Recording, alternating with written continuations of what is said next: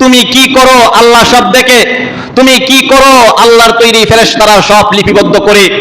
তুমি যত খারাপ কাজের মধ্যে নিমজ্জিত হও, একা হও, গোপনে হও, মানুষের সামনে হও, যেভাবেই তুমি খারাপ কাজের মধ্যে লিপ্ত হও, আল্লাহ বলেন আমি আল্লাহর তৈরি ফেরেশতারা সিসি ক্যামেরা তোমাদের সব কিছু রেকর্ড করে নিয়ে আসে।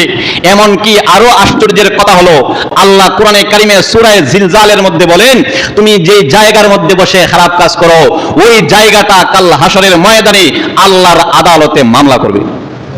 আমাদের মুক্তির কোনো উপায় নাই। যে জায়গার মধ্যে বসে, যেখানে বসে আপনি খারাপ কাজ করবেন, সেই জায়গাটা আল্লাহর আদালতে আপনার ব্যাপারে সাক্ষী দিবে।